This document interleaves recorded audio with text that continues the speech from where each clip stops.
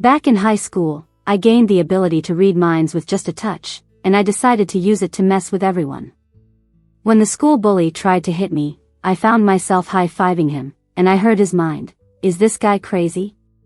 When he called me names, I grabbed his collar in anger, and his face turned red. She's kind of cute. Yeah, after waking up hungover, I found myself back in high school with the power to hear people's inner thoughts with just a touch. The longer the touch, the more I could hear. I first realized this sitting in class, totally confused when I heard a guy next to me say, "Linda, math homework." I turned to see my boyfriend of 4 years, my high school crush, Eric. The same guy who later cheated on me. He had a stack of homework in his arms and looked as cold as ever. Top student, aloof, and not much of a talker. Just my type back then. But now I know it was all a facade. He was ambitious and cunning, and thinking about it now makes me sick. He reached for my homework, annoyed that I wasn't responding, but I caught his hand. In that instant, I heard his thoughts, same old routine, finding any excuse to touch me, playing it cool. I let go, and the mind reading stopped. As he was about to leave, I called out, "Wait." Eric stopped, puzzled, as I touched his face. "Why are you so bold today? Rich girls have no boundaries. Honestly, if your family wasn't loaded, I'd never give you the time of day." I patted his face and said, "I can't take it anymore, so you'll have to." "Eric, what?" Before he finished speaking, I swung my arm and slapped him. The slap echoed through the classroom, and everyone turned, shocked. Eric's face was visibly swollen, and I shook out my hand as I patted his face again. "Wow, you've got thick skin. My hand hurts." Without giving him another glance, I got up and left the classroom. My family is wealthy, so I never really faced hardships growing up. My parents spoiled me so much I still had baby fat in high school.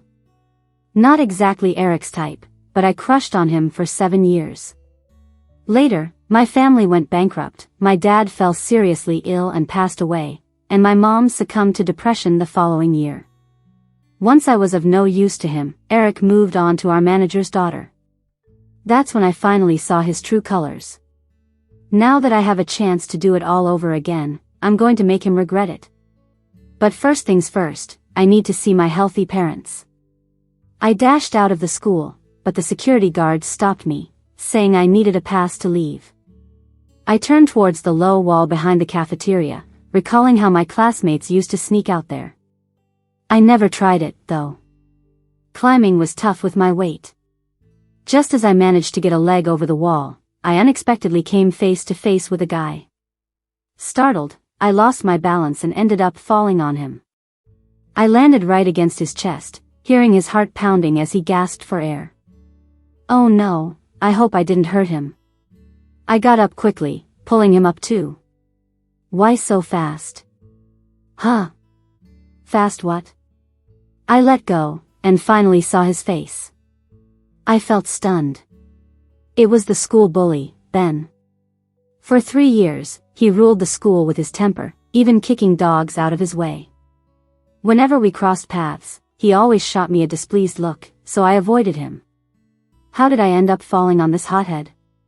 Before I could apologize, Ben raised his hand, and out of reflex, I high-fived him.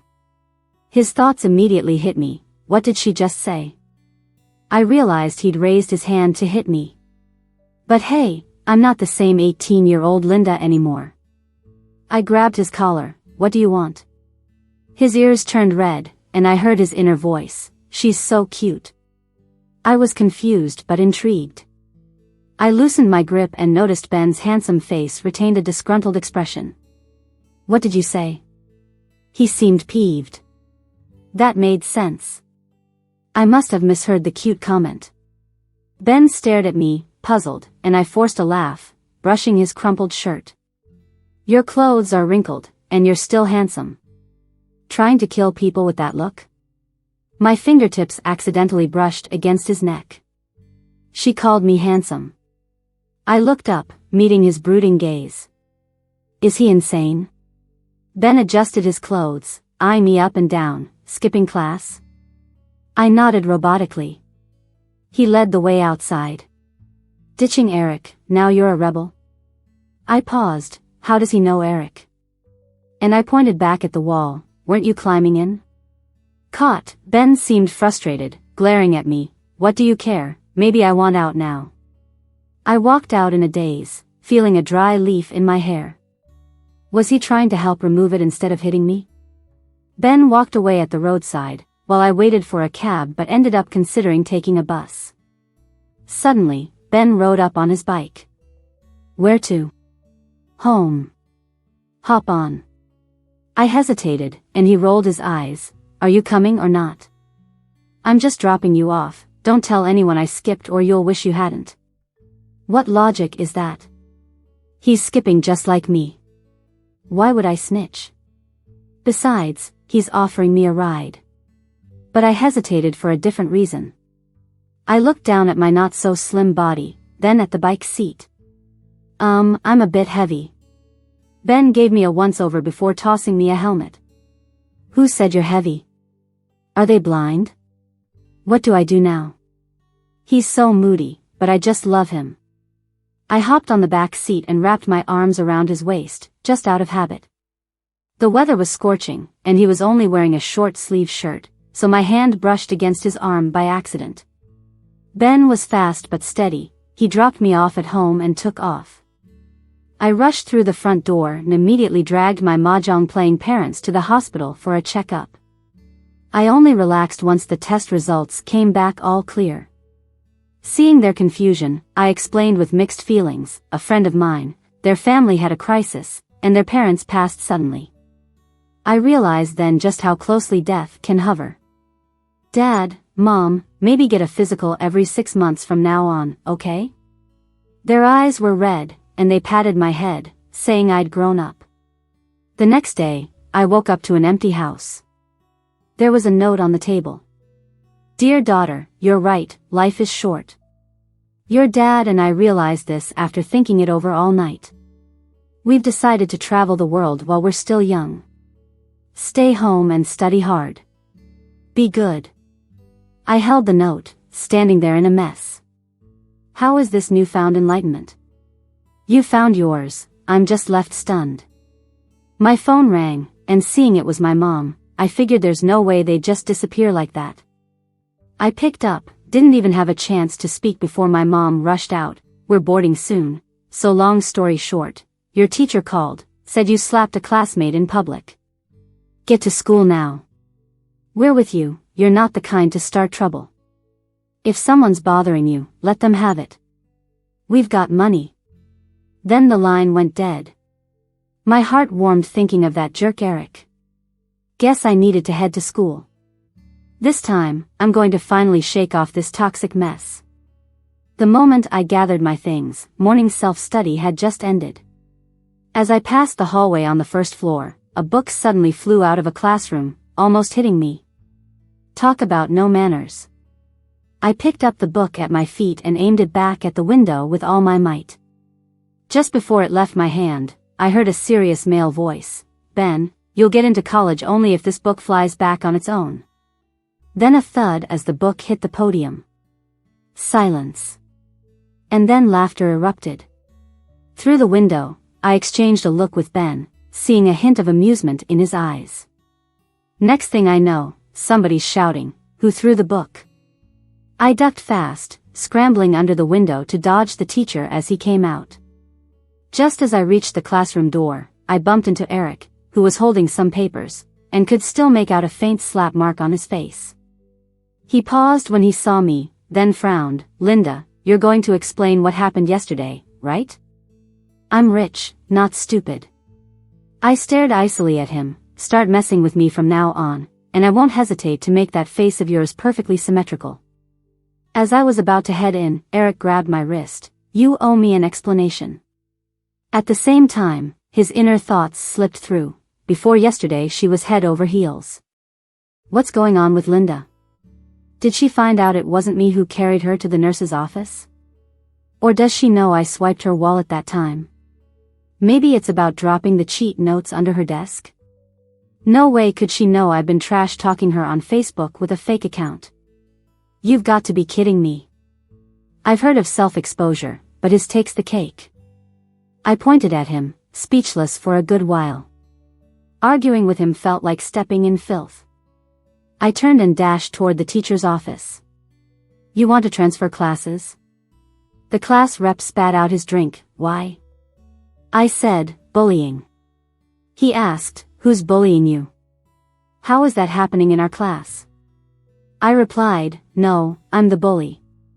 And if I can't switch, I might crack someone's head open.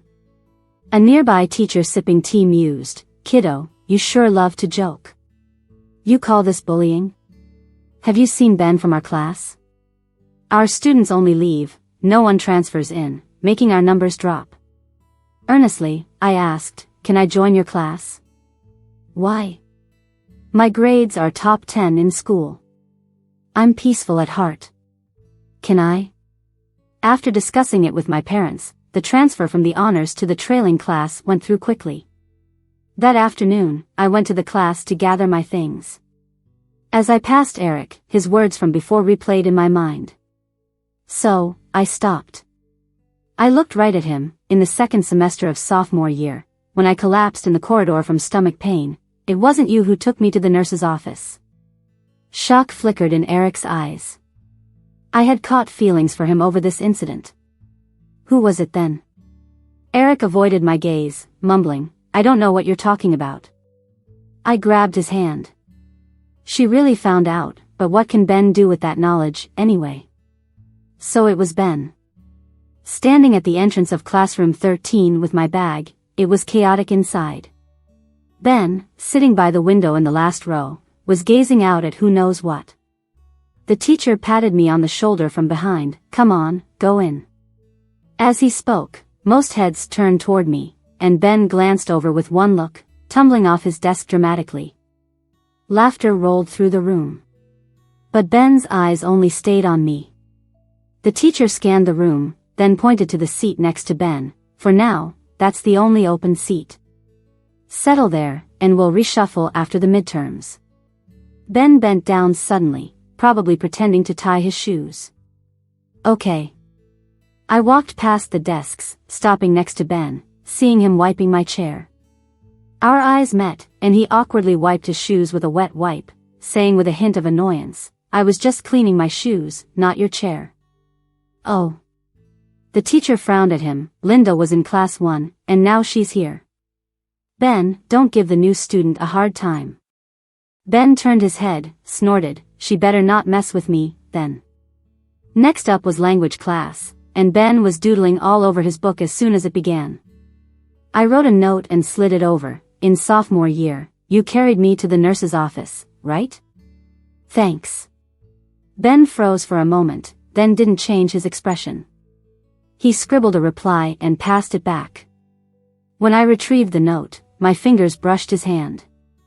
Today must be a good day, everything's working out just fine. Tomorrow might just be, too. He was singing in his head. And the note read, no big deal, your aim's pretty good. I wrote back, about what?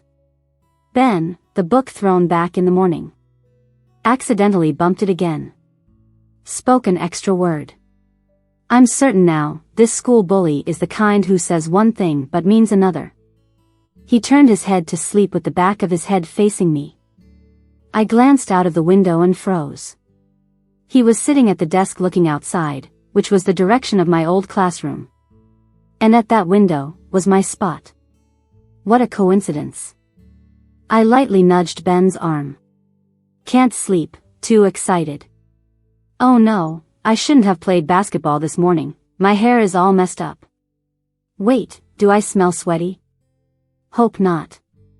He pretended to adjust his sleeping position, subtly moving away from me. I couldn't help but laugh. Ben frowned and looked up. What are you laughing at? I nodded, yeah, what? After class, Ben left the room, and a girl in the front row quietly turned her head to ask me, aren't you afraid sitting next to Ben? Why would I be? The girl's face looked frightened. He's really fierce, I heard he often fights. Many in our class are scared of him. You must feel sad being his desk mate. Here, have some chocolate. Thanks. I took the chocolate from her hand and heard her thoughts, so jealous. I want to sit with Ben too, he's so handsome. He never let anyone sit next to him before. This hearing thoughts thing is pretty creepy, honestly. It's like everyone's stripped down in front of me. They're not awkward, but I kinda am. As for her worries, this school bully in his heart is either setting off fireworks or celebrating. Nothing to be afraid of. Plus, Ben and I ran into each other again during my senior year. My parents insisted I come back to meet someone for marriage. I agreed under the condition that Eric gets an internship. When I returned, it turned out to be Ben. Our moms were childhood friends and wanted to set us up. But my focus was on Eric, and remembering Ben's rebellious teenage demeanor, I awkwardly apologized in the restaurant. I recall Ben wearing a carefully chosen coat that day, making him look mature and dashing. He seemed surprised, shrugged it off, and said, "I'm being forced by my family anyway." I felt relieved. Then he said, "You seem to be doing well." I didn't quite get it, so I just nodded. "Ben, you will do even better." Huh? He smiled, "That's my blessing to you." Reflecting back, Ben is bound to grow into a mature, responsible person. He's just a bit reckless at 17 or 18. Deep down, he's not bad. Nothing to fear. I went to the restroom, and when I returned, I noticed something odd. The table, previously wobbling due to an uneven leg, was now entirely stable. Looking down, I saw a stack of papers under the table leg. And that stack was Ben's 80-point math test.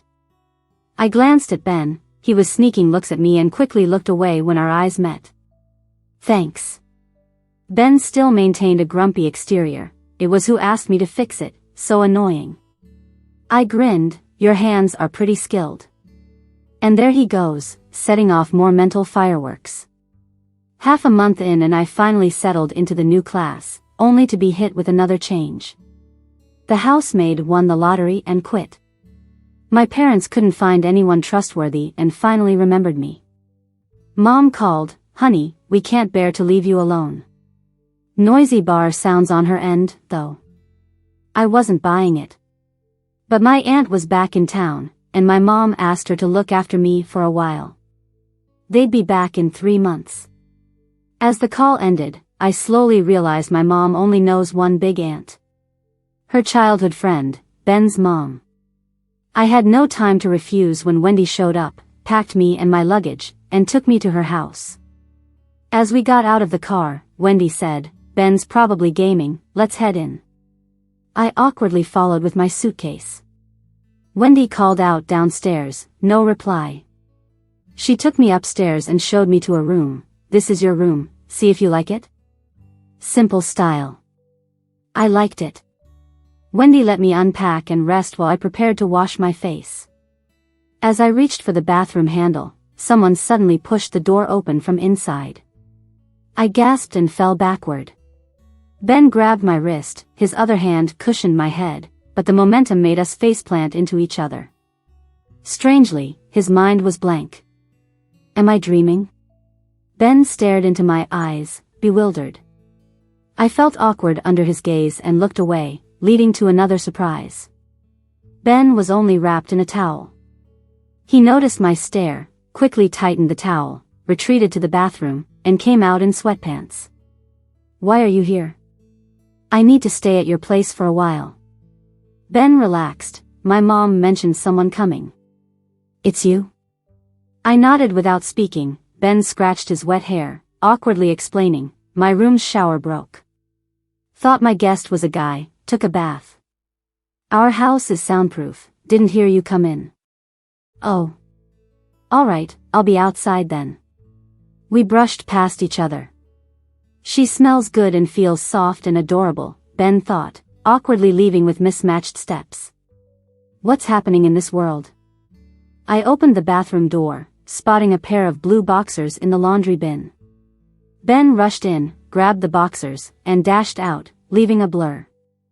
When I walked out again, there Ben stood, in a jacket, fresh sneakers, and meticulously styled short hair, striking a deliberately posed cool lean on the stairs. "Got a date?" Ben coughed. "Nonsense." I was at a loss for words. "You dressed like that, looking sharp." Ben blushed, then turned pale. "I dress like this at home." Just then, Wendy came upstairs from downstairs with a SpongeBob onesie in her hands. "Son, don't leave your clothes all over the place." Ben grabbed the clothes and bolted away again, leaving Wendy and me staring at each other, wide-eyed. The next morning, Ben was waiting in the living room, pecking away at a slice of bread like a chick. Seeing me come downstairs, he stuffed the remaining bread into his mouth, pretending he'd just finished. "I'm off to school." I was about to head out with him when Wendy quickly handed me some eggs and milk. "Make sure to eat breakfast." What a sweet daughter-in-law, shouldn't be starved thin. I wonder if that boy knows how to seize the opportunity.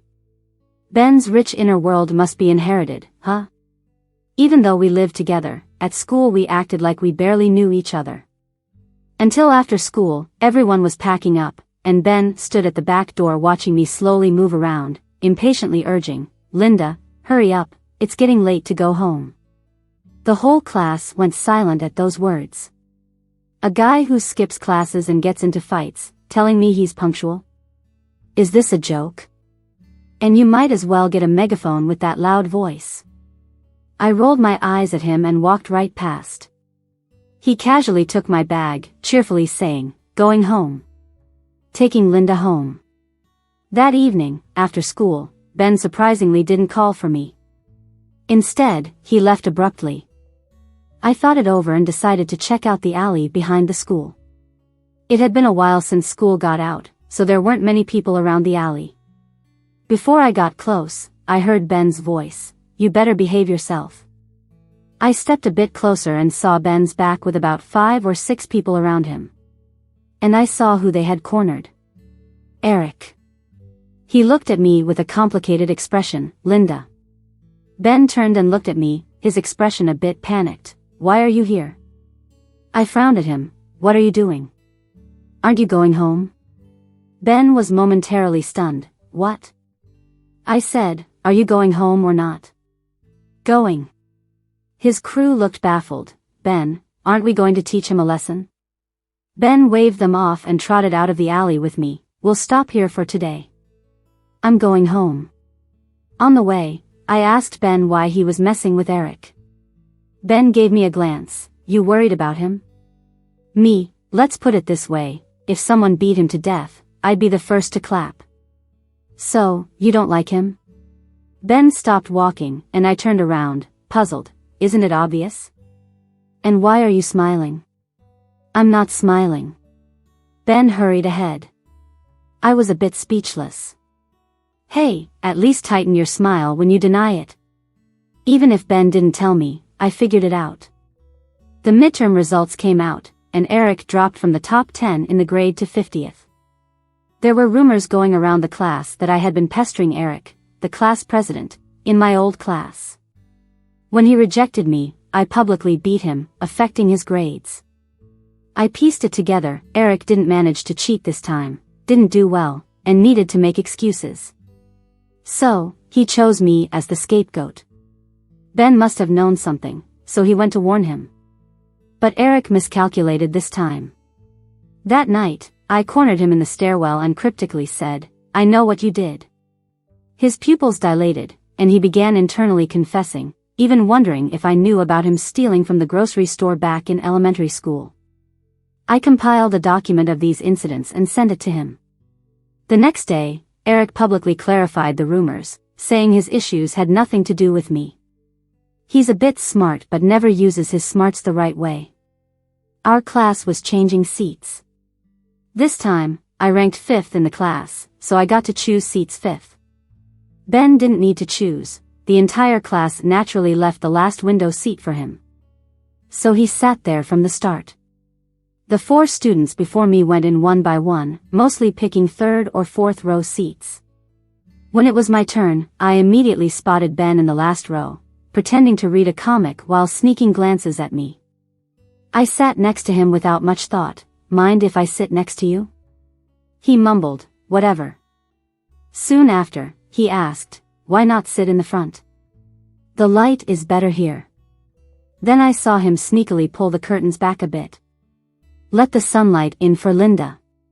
Ben suddenly started studying. It was as surprising as the sun rising in the west, so when he threw his math homework on my desk asking for help, I was puzzled. What's up? He pointed his chin up. I want to score higher than that guy from Class A by the final exam. But this is a freshman level problem. And you got it wrong. Ben took his homework back, face turning red, and said, I'll catch up. He signed up for after-school tutoring and studied late into the night after school. I started going home alone, and it felt a bit strange. Friday was New Year's Eve.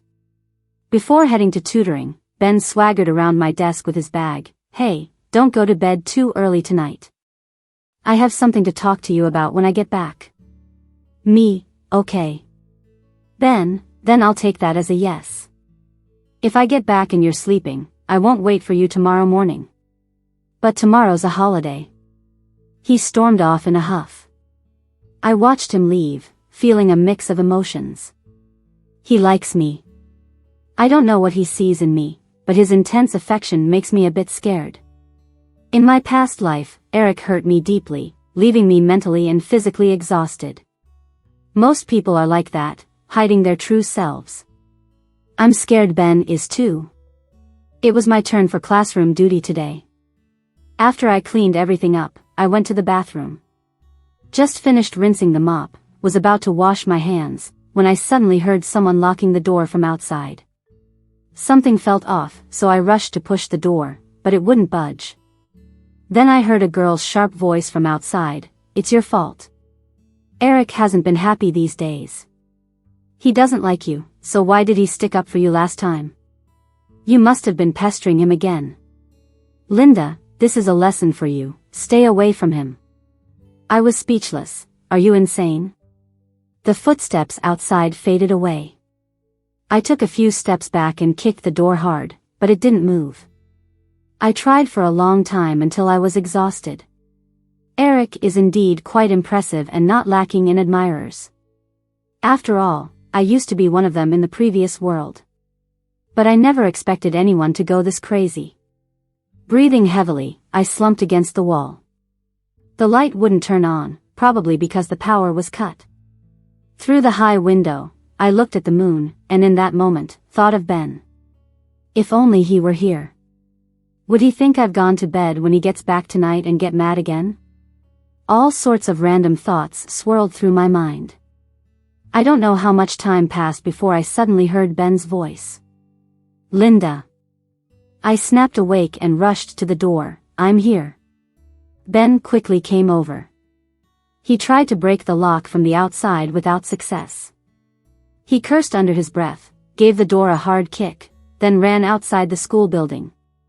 Soon, he was hoisting himself up onto the high windowsill, and with one agile move, jumped down into the bathroom. Panting, he looked at me, you alright? I shook my head. Seeing there's no way out from inside, Ben decided to take me through the window. He climbed out first, it wasn't too high, with a platform to land on midway. He reached out a hand to me, come on. Once I was mentally prepared, I placed my hand in his. My fault. What's that? Not protecting her. I looked at his stoic face, momentarily stunned. Then I slipped. Ben was carrying me on the way home. Under the dim streetlights, I looked at his shadow and listened to his thoughts. Sigh, she's so clumsy. What would she do without me? Good thing I'm here. She seems lighter. Has she lost weight? I rolled my eyes. You talk too much. What? I said, what if I could hear your thoughts, do you believe that? Ben chuckled, nope, unless you tell me what I'm thinking right now. I bumped my arm into his neck. I like you. At some point, it started snowing, and the wind stopped. I paused for 2 seconds. You're thinking about how fat I am. Bah. Ben adjusted me. You're underestimating me, Linda. I'm strong. Yeah, really strong. I thought of my previous concerns and found them laughable. How could I ever compare Ben to Eric? Eric's all mixed signals, but Ben's heart? I hear it loud and clear. Twisting my ankle, Ben found some ointment for me when we got home, then went looking for a bandage. I sat in the living room, bored, and accidentally pulled out an album from under the coffee table. On the first page was a photo, a little girl striking a pose at the elementary school entrance, with a little boy looking at her adoringly. Isn't that me? And the boy looks just like a smaller Ben. Turns out we went to the same elementary school. I randomly grabbed a book, and inside was a signature in flamboyant handwriting. I was stunned. In the previous world, after my parents passed, I struggled to keep the family business afloat.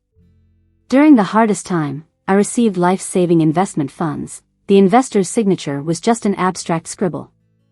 Exactly like the one in front of me now. I can now vaguely recognize it as Ben's. So in the other world, he was never a stranger to me. It was close to midnight, and Ben didn't tell me anything, so I was getting ready for bed.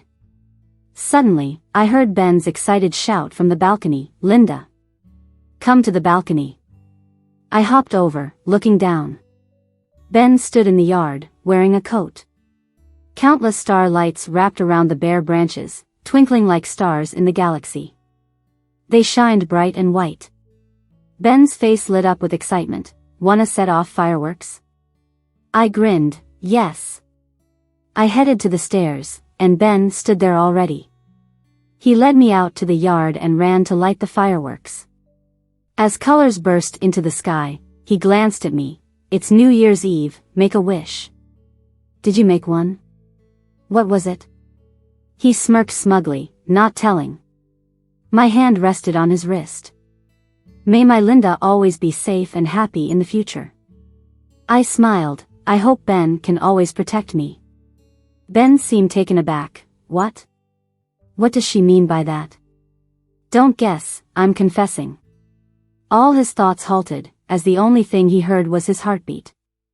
I met his gaze. "I've fallen for you, Ben." Boom, crackle, whoosh. The girl who locked me got punished, as Ben insisted on checking the footage to find her. He really is like a knight, protecting me so well. A month before finals, my unreliable parents finally came back. After moving out of Ben's, he often wandered to my doorstep, dressed adorably in sportswear, pretending to need glasses. One time, my mom caught him. "Is that Ben? Haven't seen you in years, almost didn't recognize you. Got business with Linda?" Ben, awkwardly, It's my birthday tomorrow, just passing by, wanted to ask if she's coming." "Just her?" Ben quickly tried to explain. No, it's a lot of classmates." But when I got to the place Ben mentioned, I realized most of the classmates were just a bunch of his little followers. They were all ridiculously touched. It was the first time Ben invited us for his birthday. He must consider us real friends. I was genuinely moved. Ben was super happy today. He couldn't stop smiling. I watched him grin at me like a goofball and just rubbed my forehead quietly. After dinner, I took out a stuffed toy dog from my bag. I remembered chatting with Wendy, who told me Ben lost a cherished stuffed dog toy when he was a kid and had been missing it for years. I spent forever tracking down one that looked similar from old pictures. I handed the toy to Ben, and he was stunned. I chuckled and said, "It's just a little toy, kinda like you. Happy birthday, Ben the pup." Ben's ears turned red out of nowhere. All the guys around were in shock. The gifts they gave hadn't gotten much reaction, but this little toy seemed to mean a lot to him. Was it the nickname? We figured calling him a pup wouldn't work. We were used to calling him boss. A few of them exchanged glances and cautiously said, "Happy birthday, dog boss." On the way back, Ben's hand was red, from punching people. In early June, the campus was filled with blooming silk trees as we headed into the college entrance exams. I did pretty well and got into the same university as I did in the original world, C University, while Ben got into a neighboring university in the same city. As for Eric, I didn't bother finding out. I heard he didn't do well and had to repeat a year, but it didn't matter anymore. He had nothing to do with me now. On the day we submitted our college choices, a guy handed me a love letter. He was blushing as he passed the envelope to me in the hallway. "Linda, I've really noticed you for a long time. I hope you give me a chance." "How long is a long time?" He hesitated. 2 months ago. "I often saw you studying in the library." "Not long enough." I knew someone who noticed me back when I was chubby and plain. I smiled and said, "You might have to wait in line, though." "Wait in line?" I gestured behind him, where Ben was leaning against the wall with his arms crossed, looking like trouble. I grinned, "Let you cut in line, and he won't like it." The guy didn't say more and quickly left. Ben walked over, his eyes on the letter in my hand. "Just a letter and you're happy?" I ignored him and turned to leave. He caught my sleeve, looking all kinds of pitiful. "Don't read that one, I'll write you a better one." "One letter?" "One every year." Epilogue. December 8, 2022. "Sir, you can't park here." "Okay." I glanced at the time, tapping my fingers on the steering wheel as I reluctantly drove forward. At the corner, I slowed down as a girl wearing a beige coat and carrying coffee passed by. My gaze never left her. It's been so long. Linda. I drove in circles for half an hour, waiting for her. I hadn't seen her in 2 years. She seemed thinner and more put together. At the end of my 4th year of college, my family called, asking if I would meet a girl they thought I'd like. I was busy with a startup abroad and thought I'd refuse, but my mom said, "Don't be too hasty, Ben. You might remember her. You both went to the same kindergarten. She's Linda, my good friend's daughter." I paused. When I didn't reply, my mom continued. "Just think of it as making a friend. If you don't like her, it's a good excuse to see your parents. You haven't been back in years." "All right." I agreed, bought the soonest flight back, and rushed home. For the meetup, I got a new suit tailored, styled my long hair, and wore nerdy gold-rimmed glasses. Linda seems to like that style. I hoped she wouldn't remember the hot-headed teenager I was in high school. I arrived at the restaurant half an hour early, taking deep breaths as I waited for her. "Hello, I'm Linda." A crisp voice echoed. I looked up to see Linda sitting across from me, reaching out her hand. My last memory of her was from high school, that cute girl with a bit of baby fat, fair skin, and big eyes. Now she's a bit slimmer, still smiling warmly. I pretended to be calm, smiling as I extended my hand. "Hi, I'm Ben." "Ben?" She frowned slightly, looking a bit puzzled. I gave an awkward smile and said, "The Ben you know. We went to the same high school, class 8. I was kind of a dork, a bit embarrassing." Linda politely shook her head. "You were cool for that age back then." During the meal, she hesitated before apologizing and said she had a boyfriend starting in high school, Eric. I had expected it, but it still felt like a punch in the gut. I shrugged it off, pretending it didn't bother me. I got dragged into this too. Visibly, she relaxed, exhaling slowly. See? Affections one holds dear can be trivialized into a joke to others. After that, we had an easy conversation. Every now and then, she sneaked glances at her phone, probably chatting with someone, smiling unconsciously. It's nice. She seemed to be doing well. The meal inevitably came to an end, and I couldn't help but call out one more time, "Linda." She paused. I smiled. "You look like you're doing great. You'll be even better." "It's my blessing." The dinner over, I headed back abroad the next day, diving non-stop into my startup.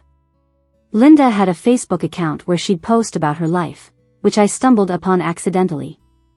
Whenever things got tough, I'd check her updates for motivation, but in October this year, her account stopped updating. Until a week ago, she posted, "There's no one left who loves me in this world." I called home and learned from my mom that Linda's family had gone through a lot. I thought long and hard. Do I still have a place in her life? It seemed like we circled each other our whole lives, same kindergarten, same elementary school, even ended up in the same high school, but never truly crossed paths. Oh, by the way, I also went on a blind date once. To everyone else, we should be strangers, or at best, acquaintances. But that's not how I see it. As a kid, I grew slowly and was much shorter than other kids in elementary school. Then Linda came along. In just a week at school, she managed to smack around all those mischievous boys. Every time she saw my snacks being snatched, she couldn't understand. You need to fight back. You gotta be fierce, you know? For 3 years in elementary school, I was her little sidekick. I have a good memory, I remember all that stuff, but Linda? She forgets things fast. In junior high, I would often bike half an hour out of my way just to circle around her school. Maybe I'd get lucky and run into her. But luck wasn't on my side. I only ran into her once in 3 years. That time she was buying some fried skewers at a school stand. I stood there, frozen, listening to her chat with friends. David is so handsome. So bold, I really like guys who make me feel secure. When will I meet my David? After they left, I just stood there. I couldn't get those words out. Long time no see, do you remember me? Until the vendor asked what I wanted to eat, I mindlessly said, same as what that girl got. Finally, we ended up in the same high school. I grew taller and tougher. Not only did I not get bullied anymore, but I actually became known as the school bully for my bad temper. Was this the kind of security Linda was talking about? I'd often wander to her building. Once, I saw her in the corridor. Our eyes met, and she quickly looked away and clumsily ran off with her friend. That had to be fear. I was bummed. I noticed her giving food to some guy in her class a few times. His name was Eric. He was kind of nerdy, wore glasses. Who knew that as we got older, the type we liked would change? Once again, I was a step too late. Always a step behind. But honestly, I never thought much of that guy. In the second semester of freshman year, I went by her classroom again and found Linda clutching her stomach, looking pale, standing in the hallway. Then she fainted. And that Eric guy? He just stepped back, like he was afraid he'd get in trouble. I was fuming.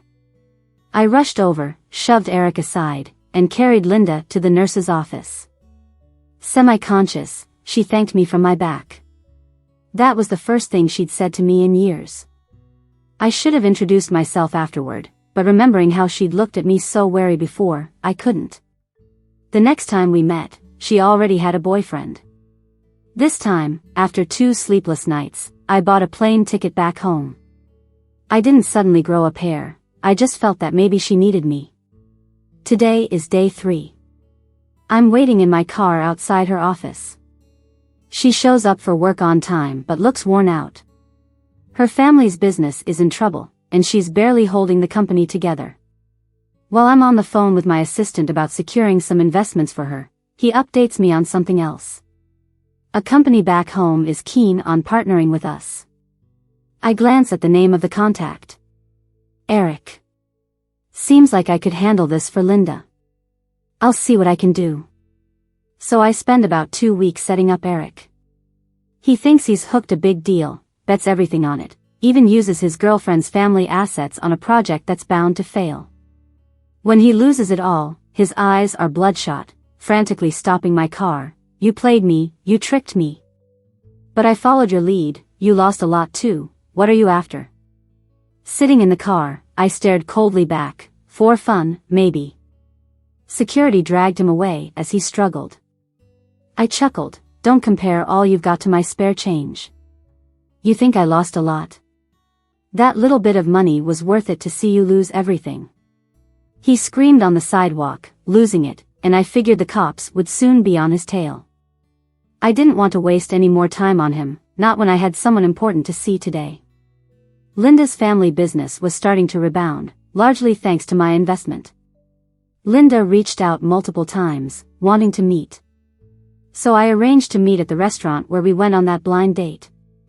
I'm 25 now, but sitting here feels like I'm 15 again, anxious, waiting at the table. Hi. A familiar voice. I looked up. Linda was wearing a white dress, walking toward me in the light, with a slightly surprised look on her face. Is it you, Ben? I nodded. It's me. Linda paused, seeming to realize something, and then smiling, she extended her hand. Let me introduce myself again. Ben, hi, I'm Linda. I reached out and grasped the dream of my life. Hi. My Linda.